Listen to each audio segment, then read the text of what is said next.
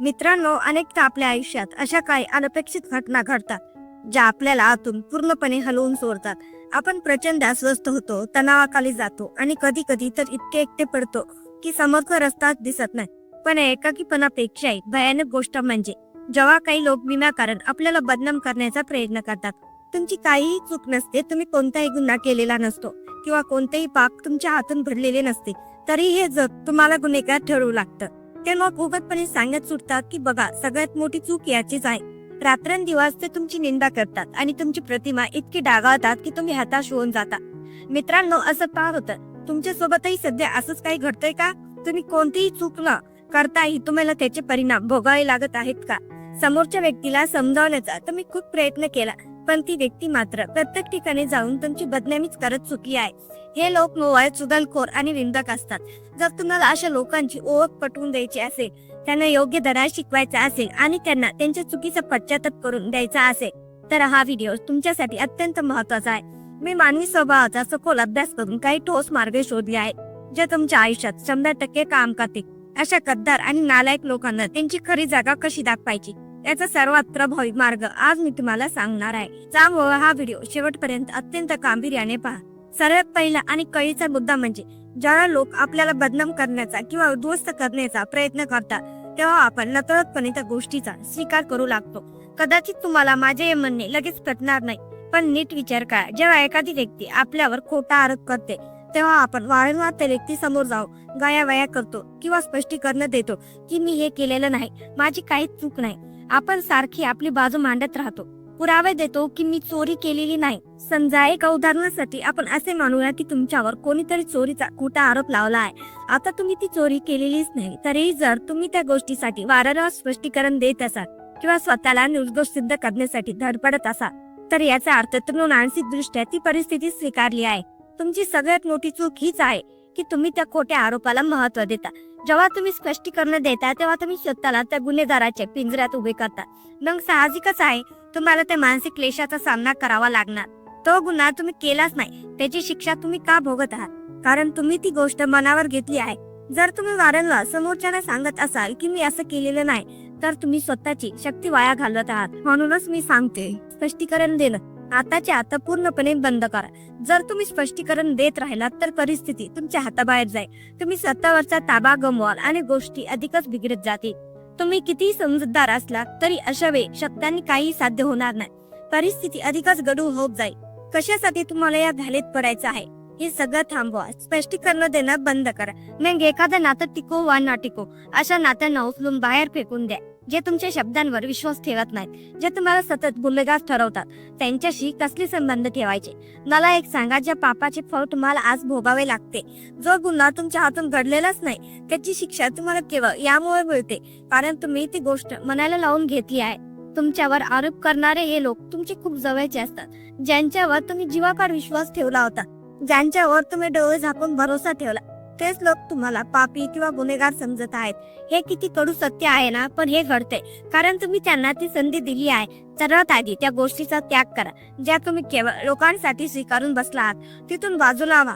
आजपासून कोणालाही काही पटवून देण्याची गरज नाही. जर तुम्हाला वाटत असेल की कोणाला तरी समजावणं गरजेचं आहे, तर समजून जा की तुम्ही तुमची आत्मशक्ती गमावत आहात. तुम्हाला नक्की कसलं आयुष्य जगायचं आहे, सततच्या त्रासाचं की स्वाभिमानाचं? जर तुम्ही स्पष्टीकरणाच्या जाळ्यात अडकलात तर आयुष्य उद्ध्वस्त होईल आणि तुम्ही कधीच प्रगती करू शकणार नाही. तुम्हाला वाटते का तुम्ही गोष्टी बदलू शकाल? नाही. जो खोटा आरोप तुमच्यावर एकदा लावला गेला आहे, तो तुम्ही शब्दांनी कधीच धुवून काढू शकत नाही. हे जे लोक तुम्हाला सारखे टोमणे मारतात ना की तू असा आहेस, तू तसा आहेस, तेव्हा माझे हे बोलणे नीट लक्षात ठेवा. जर तुमची बदनामी केली जात असेल आणि तुमची काही चूक नसेल, तर एक गोष्ट खात्रीने समजा की तुम्ही एक अत्यंत प्रतिभावान आणि यशस्वी व्यक्ती आहात. मी माझ्या अनेक व्हिडिओमध्ये आधी सांगितले आहे, ज्या झाडाला दूर फळे लागतात त्याला लोक दगड मारतात. जर तुम्हाला वारंवार अडवले जात असेल, तुमच्या कामात कोडा घातला जात असेल, तर त्याचा अर्थ एकच आहे, तुम्ही प्रगतीची शिखरे चढत आहात किंवा तुमचे स्वप्न काहीतरी खूप मोठे करायचे आहे. तुमच्या यशाची ही गती पाहून लोकांच्या पोटात दुखते, म्हणूनच ते तुमची बदनामी करत आहेत. तुम्हाला माहित नाही की तुमचं एक कर्तृत्व तुम्हाला कुठून कुठे घेऊन जाऊ शकतं. पण या ड्रामेबाज लोकांना त्याची पूर्ण कल्पना आहे, म्हणूनच ते तुम्हाला खाली खेचण्यासाठी रात्रंदिवस प्रयत्न करत आहेत. असे ड्रामेबाज आणि निंदक लोक जेव्हा आयुष्यात येतात तेव्हा त्रास होणे स्वाभाविक आहे. हे लोक तुम्हाला जाणीवपूर्वक त्रास देणारच, कारण तुमची प्रगती पाहू त्यांना स्वतःला आतून त्रास होत असतो. त्यांना एकच गोष्ट हवी असते, तुमची प्रगतीची गती मंदावणं, तुमची यशाची घोरदौड कशी थांबवता येईल याकडेच त्यांचे लक्ष असते. तुम्हाला चांगले बनण्यापासून रोखणं हाच त्यांचा एकमेव अजेंडा असतो. ही गोष्ट मनाशी पक्की बांधून ठेवा. तुम्हाला तुमचं आयुष्य समृद्ध करण्यासाठी एक असं वातावरण, एन्व्हायरमेंट तयार करावं लागेल जिथे फक्त सकारात्मकता असेल. हे वातावरण तुमचं संपूर्ण आयुष्य बदलून टाकू शकतं. माझं हे बोलणं काळजापर्यंत पोहोचू द्या. जर तुम्ही स्वतःभोवती एक भक्कम कवच तयार करू शकला तरच तुमची खरी प्रगती होईल. या बदनामी करणाऱ्यांपासून, या चुगली करणाऱ्या लोकांपासून आणि तुम्हाला नकारात्मक करणाऱ्या लोकांपासून पूर्णपणे अलिप्त व्हा. तेव्हाच तुम्ही एका शांत आणि समाधानी आयुष्याची कल्पना करू शकाल. ज्या आयुष्यात प्रगती असेल, सुख असेल आणि खरी शांती असेल. असे आयुष्य तेव्हाच शक्य आहे जेव्हा तुम्ही लोकांशी विनाकारण स्वतःला जोडून घेणं बंद करा. तुम्हाला असं वाटते का की लोकांच्या होला हो मिळून तुम्ही मोठे व्हाल? कधीच नाही. ही गोष्ट अशक्य आहे. म्हणून शांत राहा, गप्प राहा आणि आपले काम करत राहा. दुसरा महत्वाचा मुद्दा म्हणजे बदनामी करणाऱ्यांना कधीही राग दाखवू नका. जसे लोक आपली निंदा करतात किंवा शिवीगाळ करतात तेव्हा आपली पहिली प्रतिक्रिया असते संताप. आपण लोकांवर ओरडायला लागतो, त्यांच्याशी वाद घालतो. पण मित्रांनो, तुमचा हा राग तुम्हाला आतून पोखरून टाकतो. तुमचा हा राग तुमची प्रतिमा अधिक खराब करतो आणि तुम्हाला तुमच्या मार्गावर भरकटवतो.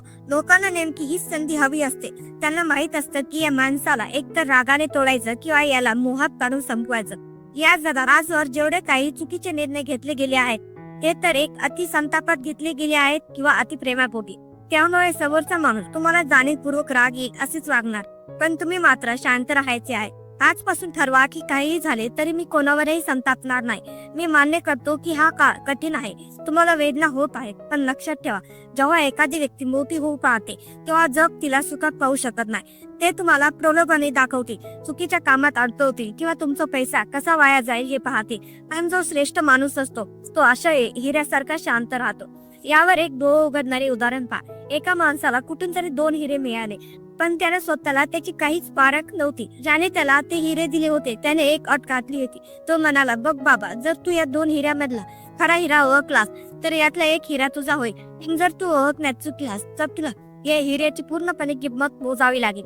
आता तो माणूस मोठ्या टेचात पडली. शेवटी तो एका मोठ्या सराफाकडे गेला. त्या रत्नपारख्याकडे हिरे तपासणारी मोठी आणि आधुनिक यंत्र होती. पण आश्चर्य म्हणजे ती यंत्रे सुद्धा खरा हिरा कोणता आणि काच कोणती हे ओळखू शकली नाहीत. तिथेच कोपऱ्यात एक अंध वृद्ध व्यक्ती बसली होती. तो माणूस पूर्वी स्वतः एक नामवंत रत्नपारखी होता. तो यंत्रावर नाही तर अनुभवावर विश्वास ठेवायचा. तो म्हणाला, जर यंत्रे हार मानत नसतील तर मला एक संधी द्या.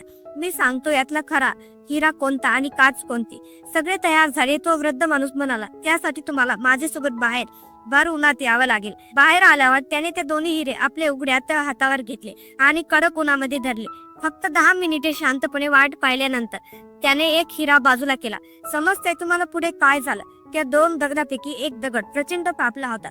तो दगड हातात घेताच तो अंध माणूस म्हणाला, ही केवळ एक काच आहे. कारण मित्रांनो, खऱ्या हिऱ्याची ओळख हीच असते की बाहेर कितीही दाट तापमान असलं तरी तो कधीच गरम होत नाही. तो नेहमी शीतल राहतो. या उलट काच असते ती थोड्याशा उन्हातही लगेच तापते. आणि मित्रांनो, हे उदाहरण फक्त दगडाबद्दल नाही तर हे तुमच्या आणि माझ्यासारख्या माणसासाठी सुद्धा आहे. जगाने तुमच्यावर किती टीका केली, किती बदनामीचं ऋण तुमच्यावर सोडलं तरी जर तुम्ही तुमच्या स्वभावानं शीतल आणि शांत राहिला तरच तुम्ही खरे हिरे आहात. तुम्ही लोकांसाठी जितके जास्त अवेलेबल राहा तितके लोक तुमची जास्त बदनामी करतील. लोकांशी तितके संबंध ठेवा जितके अत्यंत आवश्यक आहे. जास्त संबंध वाढवू नका. तुम्ही पाहिलं असेल की आपण लोकांशी खूप जास्त संबंध जोडतो. आपण त्यांचं हे काम करतो, त्यांचं ते काम करतो, गोष्टी सुधारण्याचा प्रयत्न करतो आणि रात्रंदिवस लोकांसाठी उभे राहतो. पण मित्रा, जो माणूस रात्रंदिवस इतरांसाठी उभा असतो ना, एक दिवस असा येतो की त्या माणसाकडे स्वतःसाठी सुद्धा वेळ उरत नाही. आणि विश्वास ठेवा, ज्या लोकांसाठी तो माणूस रात्रंदिवस उभा होता तेच लोक शेवटी त्याला बुडवायला निघतात. तेच लोक त्याला चालायचं बंद करतात आणि तेच लोक शेवटी त्याला त्याची लायकी दाखवतात. समजलं तुम्हाला? मी बदनामी करणाऱ्यांविषयी बोलते. हे चुगलखोर प्रत्येक क्षेत्रात असतात. प्रत्येक ऑफिसमध्ये, प्रत्येक घरात, प्रत्येक गावात, गल्लीत आणि नाक्यावर हे लोक उभे असतात. आता या बदनामी करणाऱ्या लोकांची एक अजून श्रेणी असते. एक असतो खालच्या पातळीवरचा बदनामी माणूस, जो पूर्णपणे नीच पातळीवर घसरलेला असतो. त्याला कोणतीही गोष्ट बोलायला संकोच वाटत नाही. आणि तुमची कितीही निंदा करायला तरी सरळ वाटत. पहिल्या दर्जाची नीचता असते. हा माणूस दुसऱ्याला बदनाम करायला कधीच मागे पुढे पाहत नाही. तो तुमची पूर्णपणे वाट लावून टाकेल. पण हा तुम्हाला तेव्हाच बदनाम करेल जेव्हा तुम्ही त्याच्या संपर्कात राहाल, जेव्हा तुम्ही याच्या खूप जवळ राहाल, जेव्हा तुम्ही तुमचं आयुष्य यांच्याशी जोडाल आणि जेव्हा तुम्ही तुमचं आयुष्य यांच्यापासून वेगळं करता, तेव्हा हा निर्णय घेऊन टाकतो की आता तुम्हाला बदनाम करायचेच. यालाच नीचपणा म्हणतात. आता मी या शुभंकर लोकांची एक पद्धत सांगते. त्यांना काहीच टेन्शन नसतं. हे तुम्हाला पूर्णपणे बरबाद करून टाकतात. हे तुम्हाला प्रचंड तणावाखाली ढकलतात. तसं ते नीट ऐका. हे जे बरबाद आणि बदनाम लोक असतात, जे तुमची निंदा करतात, ते आपल्या क्षेत्रात खूप माहिर असतात. प्रत्येक माणूस आपापल्या क्षेत्रातला बादशाह असतो आणि प्रत्येक जण आपल्या क्षेत्रात जिंकण्याची ताकद ठेवतो. प्रत्येकाकडे चांगलं आयुष्य जगण्याची ताकद असते. तुम्हाला काय वाटतं? असं नाहीये, हे असंच आहे. आता मी तुम्हाला सांगते की हे लोक असं का करतात. जो माणूस नीच असतो आणि ज्याला बदनामी करण्याचं खूप ज्ञान असतं, त्यांचं नीट ऐका. तो आधी तुम्हाला बघतो की तुम्ही एका खूप चांगल्या लेवलवर बसलेले आहात. इतक्या चांगल्या लेवलवर तुम्हाला बघून तो तुमच्यावर जायला लागतो. त्याला तुमचा हेवा वाटतो. तुमच्याबद्दल त्याच्या मनात द्वेष निर्माण होतो. आणि जेव्हा त्याच्या मनात हा द्वेष येतो, तेव्हा तुम्हाला काय वाटते की तुम्ही त्या माणसाला समजावू शकाल? तुम्ही त्या माणसाची मनधरणी करू शकाल? नाही, कधीच नाही. त्या माणसाला तुम्ही न समजावू शकणार, त्याचं मन वळवू शकतं. म्हणूनच अशा लोकांसाठी तुमची शांतता आणि तुमचे यश ही सर्वात मोठी शिक्षा आहे. शेवटी एकच सांगेन, समोरच्याला स्पष्टीकरण देणं पूर्णपणे थांबवा. त्या व्यक्तीशी जास्त जवळ ठेवण्याचा प्रयत्न करू नका. तुम्ही कितीही समजावले तरी त्यांना ते समजणार नाही, कारण त्यांना तुम्हाला समजून घ्यायचेच नसते. जर तुम्ही त्यांच्या नादी लागलात तर तुमचे मानसिक आरोग्य बिघडेल आणि आयुष्य खराब होईल. आपले काम प्रामाणिकपणे करत राहा. यश मिळाल्यावर हेच लोक तुमच्या पायाशी येतील. आणि हो मित्रांनो, जर तुम्हाला हा व्हिडिओ आवडला असेल आणि अशा सायकोलॉजिकल टिप्स तुम्हाला हव्या असतील तर चॅनलला नक्की सबस्क्राईब करा आणि व्हिडिओला लाईक करा. तुमची प्रतिक्रिया कमेंट मध्ये नक्की कळवा. पुन्हा भेटूया अशाच एका प्रेरणादायी विषयावर. तोपर्यंत शांत राहा आणि यशस्वी व्हा. धन्यवाद.